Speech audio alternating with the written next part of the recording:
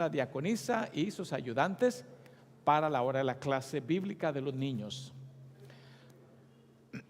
Muy bien, he estado hablando en mis mensajes anteriores y así voy a seguir hasta que termine esta época de Epifanía, que ya casi termina, y vamos a entrar a la época de Cuaresma, sobre los dones espirituales. Y básicamente lo que enfatizo acá es que por medio de ellos somos capacitados para servir, y he enfatizado también de que cada uno de nosotros de una o de otra manera ha recibido un don de Dios para trabajar dentro de la iglesia.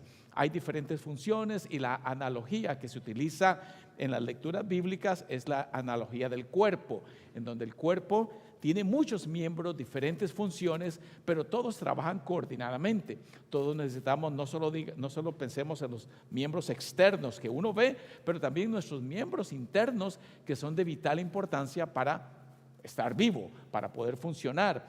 Y entonces la analogía, o como yo la he llamado, la gran metáfora, es que la iglesia es el cuerpo de Cristo y cada uno de nosotros somos miembros con diferentes funciones. No todos tienen la habilidad, voy a poner el ejemplo mío, de pararse al frente y hablar, pero eso no quiere decir que usted no tiene la habilidad de hacer otras cosas.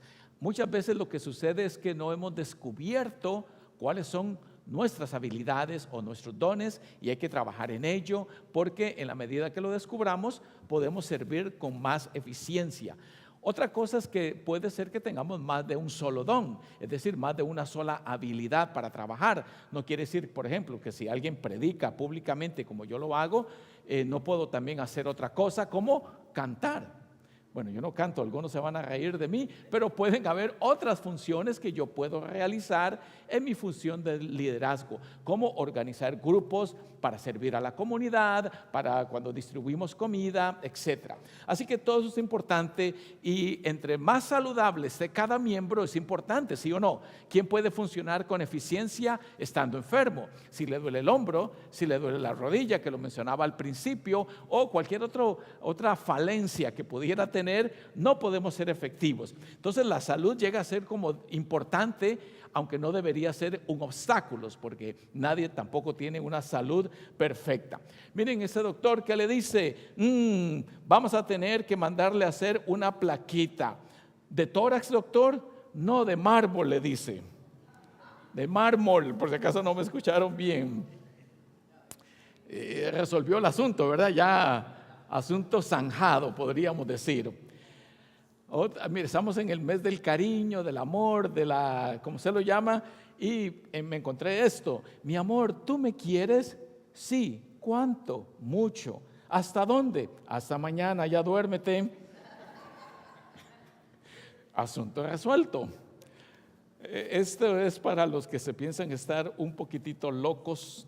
Como dicen, de poeta y de loco, todos tenemos un poco, dicen por ahí. Miren, un loco le dice a otro loco, vamos a jugar. Y el otro loco contesta, no puedo porque ando con vómito y diarrea. No importa, tráelos y jugamos los 4. Asunto resuelto, ¿no? Hoy estamos zanjando los asuntos para que queden completamente finiquitados.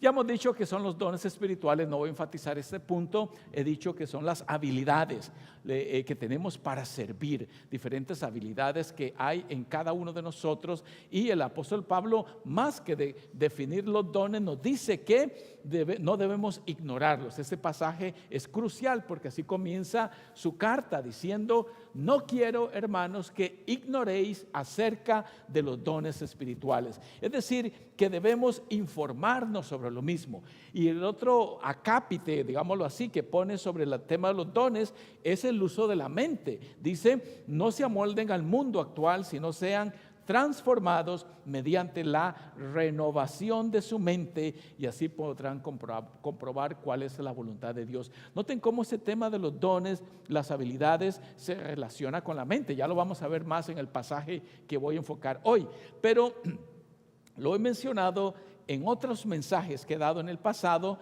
de que la vida espiritual no tiene que ver con eso de vivir como flotando. Hay personas que piensan que ser espiritual es solo cerrar los ojos y sentir la invasión de la luz divina y el poder espiritual y entrar en una especie de trance espiritual. y eso no es propiamente la vida cristiana.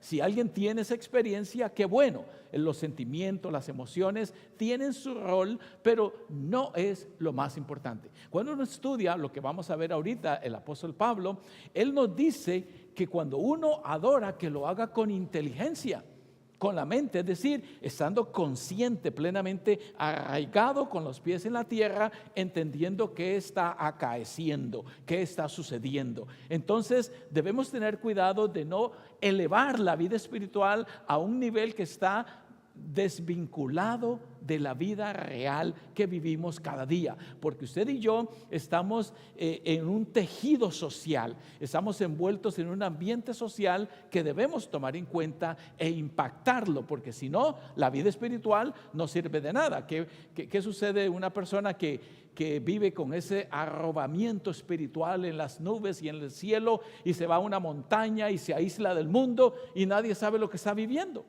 ¿No es cierto que sí vinieron un tiempo los monjes que se aislaban en las montañas? ¿Ha escuchado eso?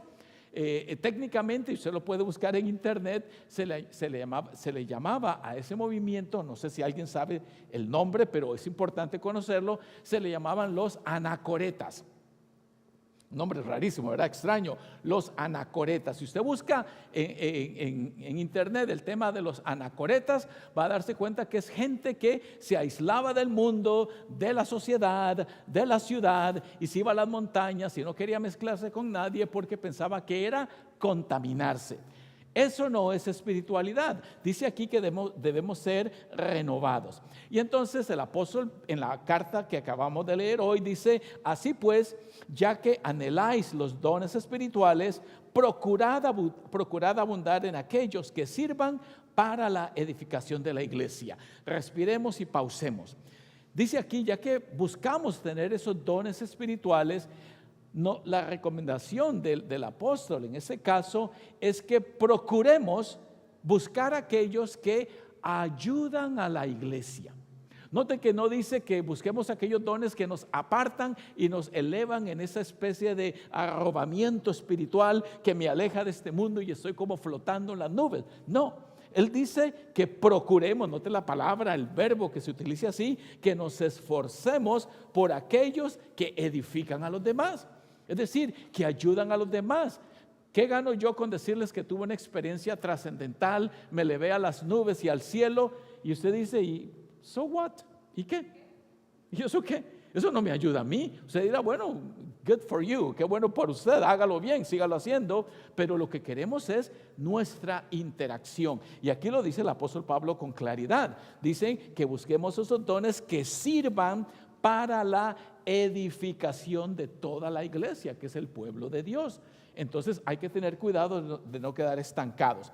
Ahora, déjeme decirle brevemente acá un problema que se había suscitado dentro de la iglesia de los Corintios. La iglesia de los Corintios, he dicho en otras ocasiones, era una iglesia conflictiva, problemática, dividida, peleonera, era un problema.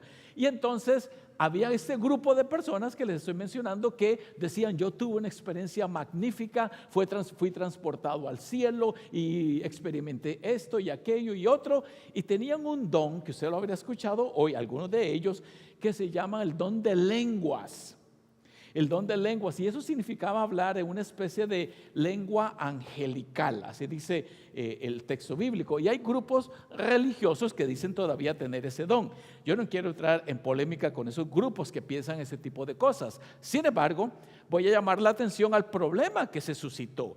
El problema que se suscitó es precisamente lo que dice la carta. Si usted lee ese capítulo que aparece en la lectura de hoy, dice claramente que ese don no edifica a la iglesia, porque es algo solo para mí, porque estoy hablando en un idioma angelical que nadie entiende. En pocas palabras, póngase a pensar que yo me pusiera a predicar aquí en un idioma que usted no entiende, como cuando la misa era en latín. Empiezo a hablar en latín, o en arameo, o en griego, o en hebreo, o en alemán, o cualquier otro idioma. Y usted dirá, so what? Yo no voy a venir aquí. Yo no entiendo nada de lo que está diciendo el individuo por allá. Y entonces el don de lenguas se volvió un problema. Entonces el apóstol Pablo compara el don de lenguas con el don de profecía. El don de profecía es el don de enseñar al pueblo de Dios, educar, instruir. Y él los compara y dice varias cosas. No puedo cubrir todo, yo lo animo a que lea ese capítulo 14 de Primera de Corintios. Dice que la profecía, o sea, la enseñanza, es más deseable que las lenguas porque nadie entiende las lenguas. No edifica a los demás. Eso es lo que dice el apóstol Pablo. Dice que las lenguas son para beneficio propio, pero la profecía es para beneficio de los demás. Si las cosas sin vida tienen sonidos, ¿qué tiene sentido? Es decir, queremos que el hablar sea claro y transparente, diáfano, que se entienda. Y entonces las lenguas en sí no edifican sino solamente al individuo. Por el contrario, la profecía, que es la instrucción, la enseñanza, la educación, ayuda a todos los creyentes. Y incluso cuando viene alguien que no es creyente, oye claramente el mensaje y por eso trae convicción. Entonces, mire la conclusión que tiene el apóstol. Como dije, no puedo entrar en todos los pormenores de lo que es el don de lenguas. Lo que usted debe saber es que es una lengua extraña que solo entiende el que está hablando, o muchas veces ni siquiera el que está hablando la entiende. Entonces, el apóstol dice, es mejor el don de la enseñanza. Y miren lo que concluye acá. ¿Qué pues? Oraré en el Espíritu, pero oraré también con él. ¿Qué dice allí? El entendimiento. ¿Cómo la importancia de la renovación de la mente es tan importante? La vida espiritual, mis hermanos, ustedes que me escuchan, tienen que ver con el aquí y el ahora. No tiene que ver con una experiencia religiosa, como dije, que me transportó al tercer cielo. Ahora, si usted la tiene, good for you, qué bien. Pero eso propiamente no ayuda a los demás. Es como dije, como si yo empezara a predicar en alemán, o en latín, o en cualquier otro idioma y se dice, no entiendo nada, mejor me voy. La profecía es mejor. Y el apóstol dice aquí, mírenlo, con meridiana claridad, oraré con entendimiento, con la mente clara, conectada a mi realidad. Y un poquito más dice, pero cantaré también con el entendimiento.